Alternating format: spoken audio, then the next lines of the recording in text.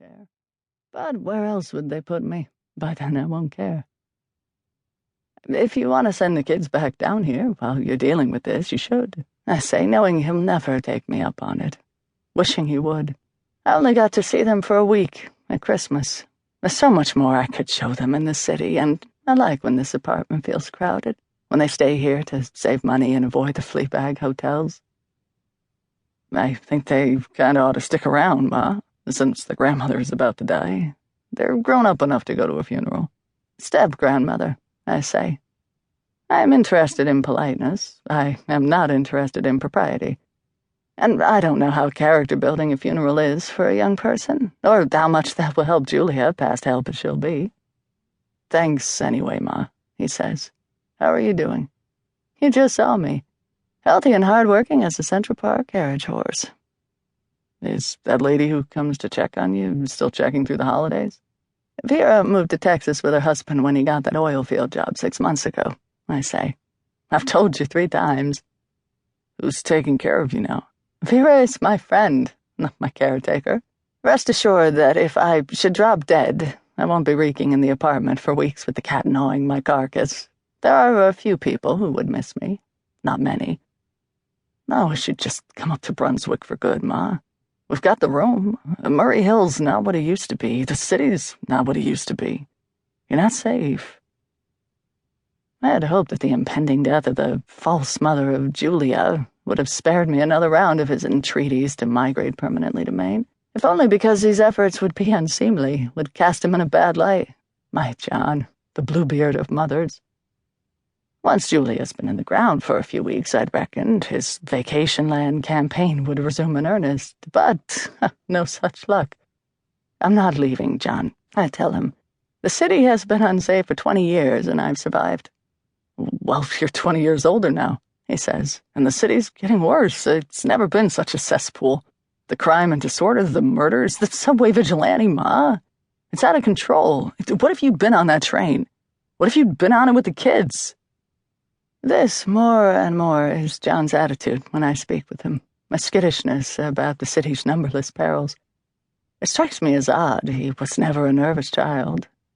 But as his own kids have grown older and more independent, his inventory of potential threats has steadily expanded, as apparently as his authority to give advice on such matters.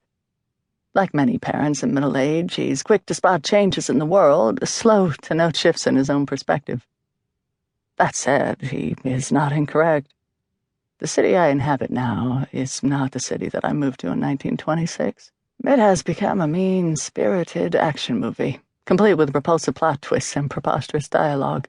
Last week, a man, neatly dressed, wearing wire-rimmed glasses, snapped on a downtown 2 express. Mid-afternoon on a train full of people. 4 teenagers surrounded him, asking for $5. People have been killed for refusing less. The paper says he says they threatened him with sharpened screwdrivers. The man pulled a gun from his waistband. I have $5 for each of you, he is said to have said, as if he had practiced, before shooting them all. 2 women collapsed at the end of the car in fright, and like a gallant gentleman he helped them up before fleeing into the darkness of the tunnel at Chambers Street. Mayor Koch has said vigilantism won't be tolerated, and it seems he is right. Callers have been flooding the tips hotline the police set up. But their calls congratulate the shooter, thank him, offer to pay his bail if he turns himself in. The subway vigilante is not being tolerated. He is being idolized. John just about faced the family back to Maine when it happened, even though we'd been uptown at the Museum of Natural History at the time, safe beneath the blue whale hanging by its dorsal fin. Unarmed and pacific, silent as ever, a sentinel in the lurid tabloid nightmare this city's been dreaming. I walk everywhere, dearest, I say, and it's true, I like the exercise. And the subway cars are graffitied with so much text, it's like being screamed at. Like the voices inside my head and everyone else's have manifested their yelling outside, ill-spelled, with spray paint. And we weren't on that train. And he isn't shooting elderly ladies and adorable tots. But guys like the guys he shot are everywhere. Hoods, gangs, toughs, whatever you want to call them. I would not resist if young thugs approached me for money, I say. I would acquiesce. I agree with Governor Cuomo that a vigilante spirit is dangerous. Rude, too. to keep listening to this audiobook. I've left you a link in the description so you can do it, at no cost thanks to Audible's 30-day free trial.